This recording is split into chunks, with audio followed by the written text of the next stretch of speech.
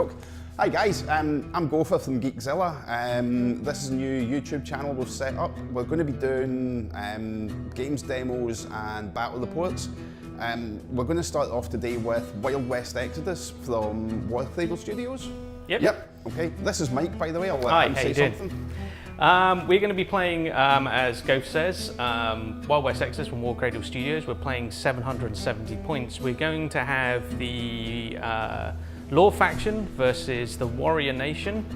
We've got Wyatt Earp with Walks Looking. So just a small skirmish. We're going to do a quick scenario and yeah, should be good fun. Yeah, so we'll take you across to the table just now and we'll have a look at the factions, show you what units we're using and a wee breakdown of maybe their points cost. Okay. This is the Warrior Nation faction. The main character, the boss of the faction that I'm using today is Legendary Walks Looking. She is an absolute beast in close combat. Tactically for her, try and keep her out of line of fire, move her up and get her in about the enemy. The Apache Kid's a long-range shooter. I'll probably be keeping him back and sniping to keep them off the objectives. So I've got a unit of 4 Plains Warriors. These are the elite close combat hand unit. So they're basically mooks, but they're the better end of the spectrum for the mooks. So again, with them, the idea is to try and keep them out of line of fire and get them in amongst the enemy to shiv them, for lack of a better term. I have a unit of 3 Brave Hunters. While they get 2 shots each, so they can lay down a fair bit of firepower, they're not going to hit too much and they're not going to survive if they get hit. But again, they'll be used to try and suppress or to put them off going for some of the stuff in the centre ground that we're after. Okay, so I'm going to be using the Law faction. My boss is Wyatt Earp, who's a bit of a beast. He has some very good powered weapons for close in. He's also got a shotgun which will help with any large forces that come up against him. He's high grit and he's a pretty good shot. My face is Warren Earp. He's good at long range. He has quite a good powerful weapon, so he's going to be doing some sniping and try and take down some of the stuff that's moving in fast. I've got deputized gunslingers. They are my close combat hired hands. They're armed with pistols, so they're quite good in close range, 2 shots each. Nothing really great when you're in hand-to-hand combat. You've got to use the pistol, which can be turned against you, so it's a dangerous move, but it's the move they have. And we've got the deputized sharpshooters. They are rifled, so they've got a decent range of 18 inches. So they'll be trying to put down fire. Not quite good as the Warrior Braves. They've only got 1 shot each, so they'll be relying on that extra 3-inch range to try and pick them off before they can get in to a good range. Okay guys, this is the layout we're looking at today. We're playing a scenario called Supply Run. We've got 3 objectives. This big crate bang in the centre of the table. These 2 bundles of barrels and bags. So each one's worth the same amount of victory points. All the rest of the scenery, all the scatter, the other ones aren't worth anything. They're just intervening terrain, things to hide behind and hunker down behind when people are shooting at you. The hills, I don't think elevated terrain makes any difference, and the houses, as is standard in Wild West Exodus, you can get in them and shoot out of them and be shot while you're in them. So what we're going to do now is we're going to draw for deployment, and the winner of the draw will decide who's player A and who's player B. Player A decides on which side of the table they'll take and starts deploying. So draw. You win. So it goes by the number in the top corner? Yep, so the higher number in the top corner is the winner of the draw. This will also go for when we're drawing for activations. You're going to be player A or player B? Do you want to deploy first or second? I'll go second. Okay. So does that mean you choose which side of the table you're on? Yep. So I am going to take the side here as my side for deployment. Okay, cool. Let's get set up. Okay, so over on the left flank, we've got Warren Earp and the deputized sharpshooters. They're going to push up and try and get some angle on all the guys that are facing. So they've got the long range, so they're going to be holding here for a bit to try and get the range on that. On the right hand side, we've got Wire Earp and the gunslingers, who are your pistoliers, the close combat guys. They're a bit more close in, so they're going to push up, try and get close to the objective, and wait for the onslaught of close combat that's heading their way by the looks of it. Okay, so this is my hand that I've drawn. So we've got the Guts and the Glory. For this, point size is 3 cards in your hand. So we can see along the top, this has got stuff that's direct activation stuff. I've got the Guts at the top, so we can see the different things that I've got there. Glory is extra victory points you can score, so there's certain things there. So they come into it if you kill units and things like that. So they're at the bottom at the moment because I'll be more likely to be using this rapidly than the Glory side. Okay, so what I've gone for here is we've got my shooting guys with my face covering the middle ground, so I can hopefully dissuade them from going for any of the objectives. And I've got my close combat heavy hitters on this side to sweep round and take the flank, or charge the centre of the ground if he's stupid enough to come and go for it. I've got my cards here as well, so this is what I'm looking at.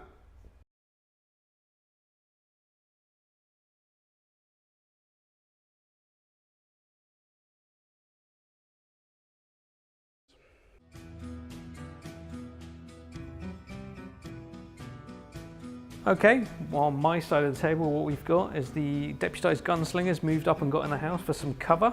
So they count as hunkered and in cover, so that's quite useful. Wyatt came up to the corner because he knows that there's a close combat group heading towards him. So he's hopefully going to try and gun them down before they get to him. I started off, I got 3 action points, and my Braves, what I was wanting them to do was just keep covering the mid ground, so I just hunkered them down, which to be fair makes it a bit harder for me to shoot anything, but it also makes it better for them not to be shot. I was burning actions because I didn't really want to move them very far. I then sent my Plains Warriors, down the flank into a bit of cover. I thought there was a lot of stuff in between, so I would be okay. Turns out I wasn't.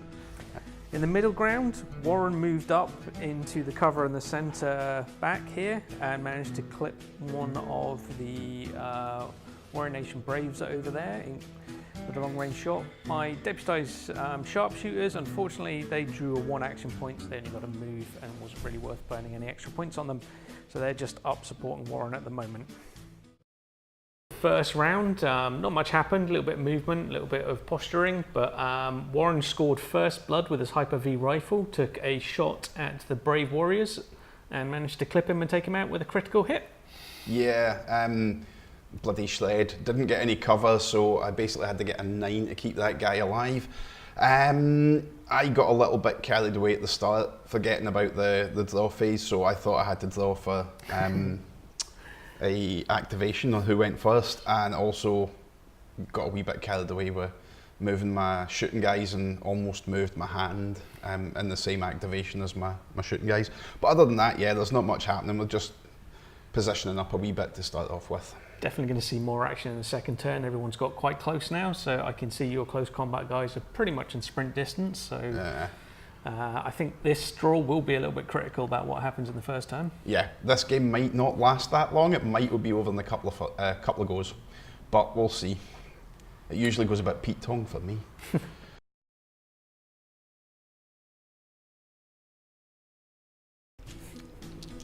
What we're seeing here is the Plains Warriors were declaring a charge against Wyatt Earp. So Wyatt paid a fortune to pass that attack onto the deputized gunslingers, so they became the focus of the attack, and they're on lookout, which is a reaction shot to them charging in or picking them as a target. So what I'm going to do is roll the attack against the Plains Warriors and see if I can gun them down before they get to me. This is not looking good. So we have a aim of 4, so require 6 up. At the point they were charging, they had cover, so that becomes a 7. So we've got a critical and a 9, so that's 2 hits. Everything else missed. So the weapons are piercing 1, so you have 2 saves to make. So your grit check against your grit 4, which becomes grit. It stays grit 4 because it's -1 +1. So yep, you need 6s to save. And that's unfortunate for me. Now they get to do their attack.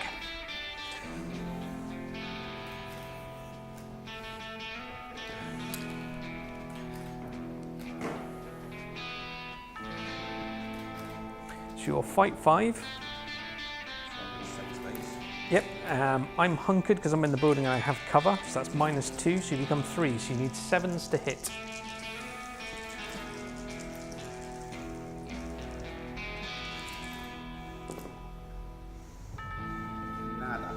Nothing. Are you going to use any fortune to try and re-roll any of those?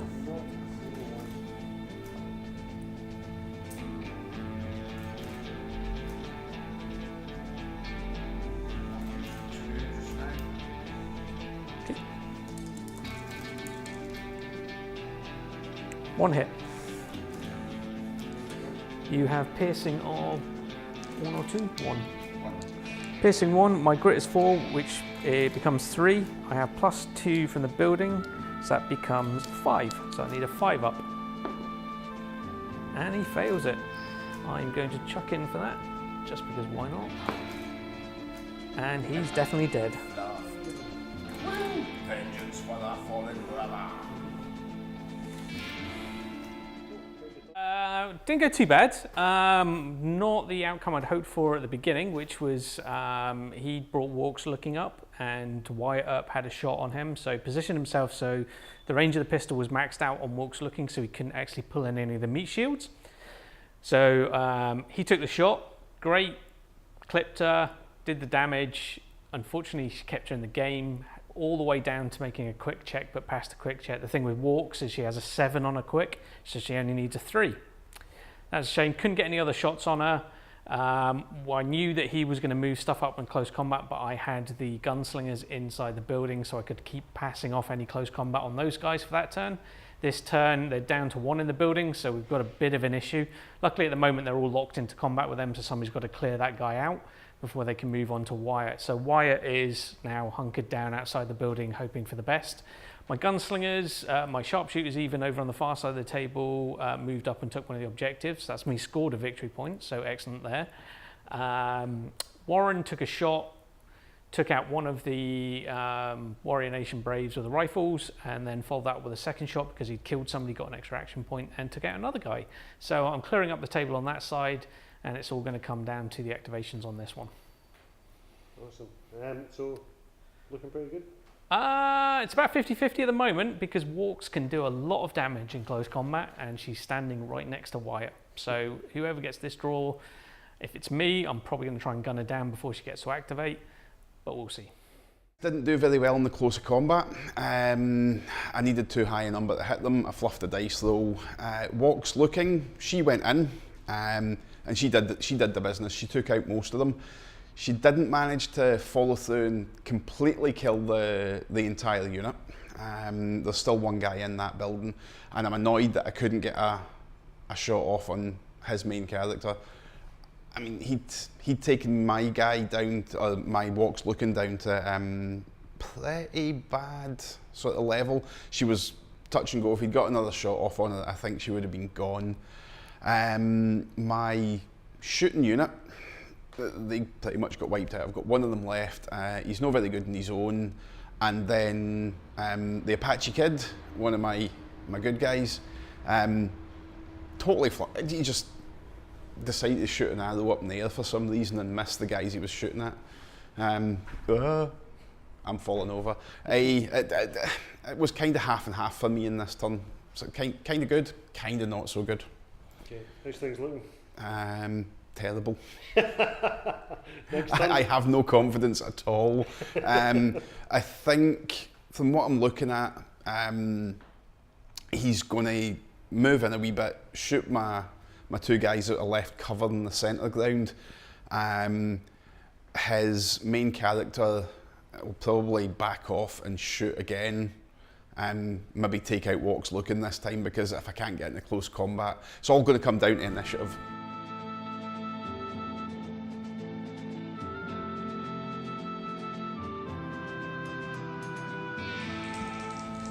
Walk's Looking attacked the guy in the building, got 2 hits. He blocked one of them, the other one took him out. Mike decided not to use his point to reroll the dice, because that would have left him without it for his boss. I've got 2 actions left, with which he charged. And it's focusing, I assume. Yeah, and focusing the attack. So I've got 2 attacks on him. What do you need? I am looking at fight of 6. I am hunkered, but I don't know if that has a minus from you, just a plus.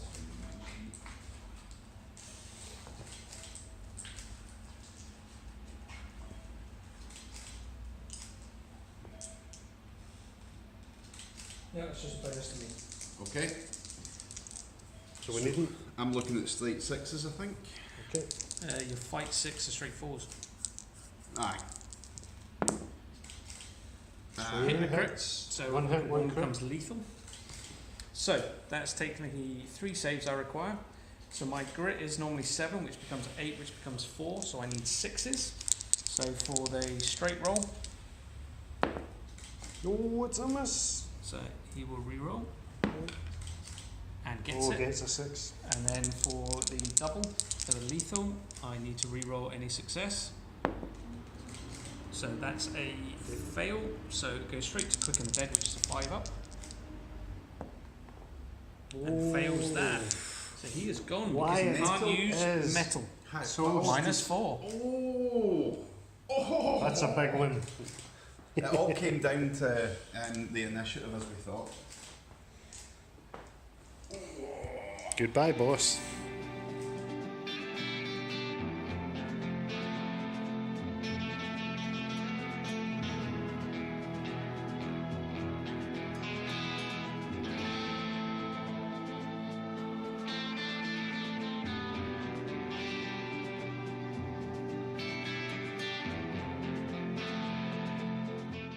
Yeah. End of turn 3.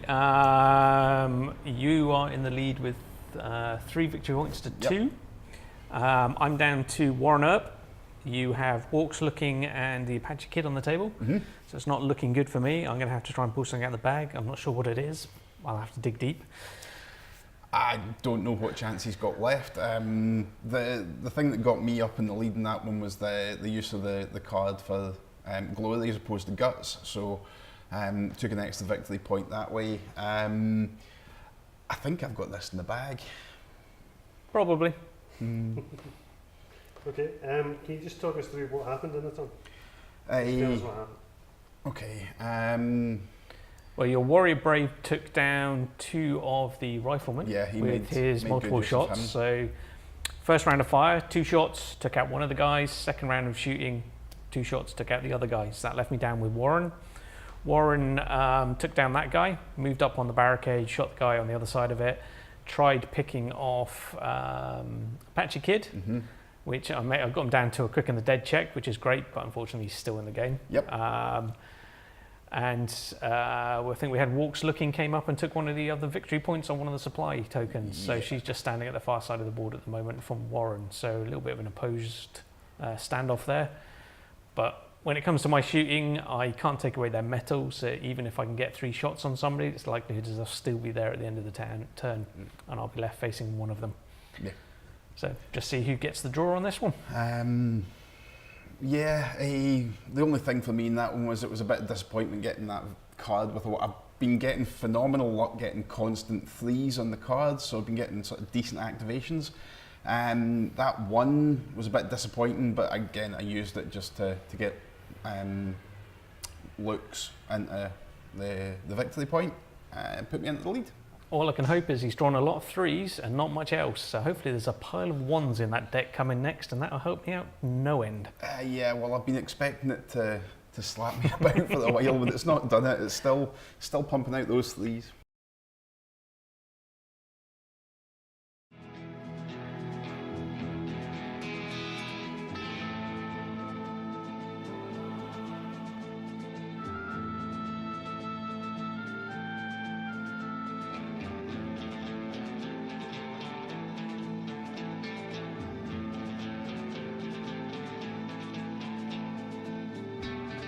2.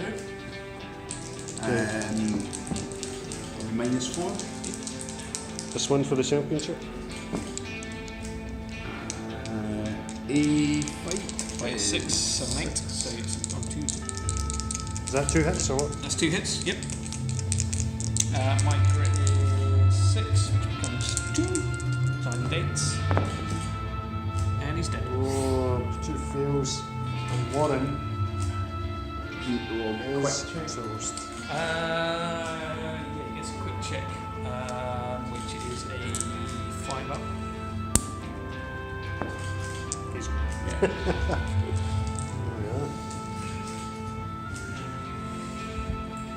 There's no point in doing that fast. No, it's not.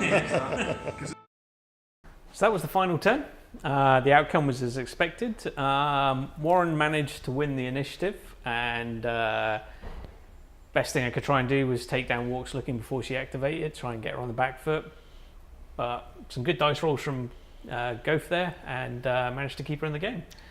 Next thing he did was bound across the cover and slam 2 blades into Warren's chest. Yeah, on the whole, that last turn there wasn't much of the way it was going to go. I didn't see a great deal of chance for his one remaining guy to jump in and do a lot of damage and take out the 2 of them before they could finish him off. But on the whole, I actually think over the course of the game, I just got lucky. It wasn't particularly anything I did. It was just lucky rolls and some good lucky card draws. On the turn with Walks, when she took out Wire, if you'd gone with one of your other plans, which was to activate the close combat braids, it may have changed it up, because if they'd gone first, my idea was to jump out with a shotgun, hopefully land hits on everybody, and hopefully take away her meat shields so that I could get a shot in with a pistol afterwards. But you went with her first, took out the guy in the house, and jobbed him good and proper. Yeah. So, yeah. End of the game, I've been left with my 2 character guys, Walks and the Apache Kid. All the disposable guys were gone. Didn't expect much else than that, to be honest with you. I am really surprised I survived. It's one of those things, you need the -4 to remove the bosses easier, because you take away their ability to use metal, which when they use metal they go disordered. Keeps them in the game, it's like an extra life. In the game, all characters have 1 hit. The time that they gain another life, so to speak, is if they're using the meat shields, which are your hands, or they use their Quick and the Dead and their metal rule. The metal thing leaves you. Yeah, the metal rule leaves you disordered, which can be quite nasty. It means if you can hit them with other things that cause effects, it's a bit better. But unfortunately, in that game, wasn't much use for that. If I'd managed to get in there with Wyatt and been a bit luckier with the shots earlier on with him, it may have changed up, and if I'd won the initiative on that round. Irony was, I got the interrupt cards only in the last turn, and I got 2 of them. I didn't get 1 of them at all in the whole game. In the last one there, my draw for the cards was 2 of the activate a face after you've activated this unit, so You're I too didn't far have apart to much. even get a use for that. That +1 grit. I drew a card on the last go for when he used his remaining guy to shoot at Luke's. He took a grit down quite far, so it was handy that I had that +1 grit card. That made a bit of a difference. Which you hadn't, you would have failed the grit check, because you've got exactly what you needed after using that card. Yeah. But that's the way it goes. Warcradle have done a fantastic job on this version of Wild West Exodus. There was a lot of fear to begin with everything only having 1 hit. They've introduced the action decks and the draw decks for action points, and it just makes the game so much more interesting. You never know what's coming up. Guys have limits on the amount of actions they have, but you don't know how many actions you're going to get until you draw the card. So there's a lot more random chance with it, and it really does. You can plan your turns thoroughly, but as soon as you draw that card, it changes everything. And when your opponent's done something which you weren't expecting, again changes the way you play. So in some ways, you can sit there and plan out a turn, but half the time you're on the back foot reacting to what the other player's just done, and you're just waiting for the right draw of cards. I mean, I got my 5 APs early on for Warren, and he did quite a good job with that. He moved up, did the damage that he needed to do, but again, you know, if White had got that earlier on, might have been able to put that extra shot into Walk's looking. And it really does come down to the draw of the cards sometimes. The good thing is you don't have to pick the unit you're using before you draw the cards. So you can't, if you go, like if you had to do that, if you had to say I'm using this unit and then draw the card, that could totally screw you. Yeah, that would make it a big difference. So at least you can go, I've not got a great, I can't do what I want to do with that unit, so I'll use this one instead. But as you say, that can mess you up just as much. So something Warcradle brought up this week, whether this video comes out at the same time, was a thing about take one for the team, which you basically spend a fortune point, you can throw the hit onto a hands unit nearby. You basically can change your positioning of your guy to make sure the maximum range of his gun comes into effect. So even when Walks moved up behind the Lou, I made sure Wyatt was at the maximum range of his pistol on her so that he couldn't bring in a hired hand behind to take the hit. So I knew that I could focus all the fire on her and she would have to absorb it in one way or another. If I'd had something else to back that up so that I could have then, once she had taken that quick and the dead check, I could have then taken the shots. My hope was that my gunslingers could have moved into the building and then have had an action point to use their pistols. Unfortunately, they drew really badly. So the best they could do was go on lookout for that. So knowing that a strike was coming up, their reaction was to pull that hit in towards them and away from Wyatt while he was exposed. So yeah, it's... At the start of that, he said when she was behind the loo, just so you know, he's talking about the outhouse, because a lot of people won't know what the loo is, I would imagine. True. Some of the other interesting news that came out, I mean, it's an amazing game. This was a very low points value game. In the future, we'll do bigger games so you can see how the dynamics change when you're using bigger units and more of them. Especially more faces. Yeah, some interesting news came out as well that this universe is now part of a bigger thing called the dystopian. I need to look into this because I've not seen much. Warcradle had an announcement earlier on this year that they bought the dystopian range from Spartan Games. Now, one of the things that a lot of people had asked was, were they going to combine Wild West Exodus with the dystopian world as a bigger picture? So what's actually done is now Wild West is now encircled by dystopian, so you're going to get dystopian wars and a few other systems that go around that. They're increasing one of their smaller skirmish games to 10 mil, but Wild West Exodus becomes a smaller part in a bigger world now, which is great. And it was always going to be slightly bigger and encompassing the world with the nations that are going to be involved, but Wild West Exodus is focused mainly on the Americas, whereas dystopian is about the world as a whole. So their sea battle games are the skirmishes on the sea, and their land battle game will be in Africa and trying to take over that continent. So it's going to be an interesting thing, but we'll see some of the units and the vehicles from Wild West Exodus are already appearing on that scaled game. They released a Christmas miniature, and there was a lot of talk straight away was that the Christmas miniature for Wild West Exodus was holding a dystopian styled ship, and the link was there for that's what was coming in some ways or another. So a nice little taster for it from that figure range that came out at the same time. But they're having a Q&A from today on Friday about the world, so it's going to be interesting to see what they have to say and the answers to the questions that are going to come up from this joining, which will be interesting. That Q&A will be gone. It'll be done by the time this comes out, obviously, but you'll be able to go and look it up, and we're going to have quite a few links in the bit down below. Obviously, like we use the stuff, but who is it made the counters? The tokens that you saw on the table that we used for the fortune chips and stuff are all by a company called Red Beam Design. Fantastic company, very much a cottage really industry good to one. with the stuff I customer pushed service them. Brilliant. Yeah, I pushed them to do those tokens for Wild West Exodus, and hopefully it's going to work for them. They're beautiful tokens, really nicely done. But yeah, fantastic. They've helped me out with bases, for custom bases. As very apparent, I don't use the Wild West Exodus bases. They're not for my liking, so I got MDF ones. I think if I'd gone into Wild West Exodus now, the bases wouldn't have bothered me as much as when I got back into this way back in the original Kickstarters. The height thing that the bases did when coming out to buildings was something I didn't really like. But now I probably would have used the Wild West Exodus bases. Would you? Yeah, I think so. They give a really nice finish to the models. But because I'd based up most of my figures already, there's no way I'm changing them. It gives them that sort of plinth display sort of look, I suppose. That's one of the things I'm sure you've noticed here is Mike's doing most of the talking. This is his baby in the way of the game and stuff. We've got tons of games we do.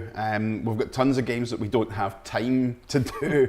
But yeah, this is most definitely Mike's when I'm the learner in this. So I'm still picking it up. I'm nowhere near as experienced in this. Some of the other stuff, it'll be the other way about, and there's other folk with other games who are going to be coming in, and we'll try and put out different stuff for different people. We don't want this channel just to be about one particular game system, so Ghost very into Kings of War and the Mantic range, so we will see Kings of War coming to the table. Other Mantic games, definitely Dead Zone at some point. The one that's just finished on Kickstarter, we've been doing the alpha rules. We've had a couple of tests of that, and we're going to try and do a game of Vanguard. I'm hoping that's going to be the next one we do. It might be Kings of War, it might be Vanguard. We'll see how it goes. And we might see X-Wing hit the table, and maybe some of the other stuff. We'll just see how it goes and what people are interested in seeing. You know, we've got loads of games that we own. If there's something you want to see, put it down below, and if we've got it, we'll see if we can do a demo of that for you. So yeah, so I think at this point all we've got really left to do is to thank certain people. Yeah, Chris, our mate, let us use his offices, Senshi Digital. It's an absolutely amazing setting, total geekgasm in this place.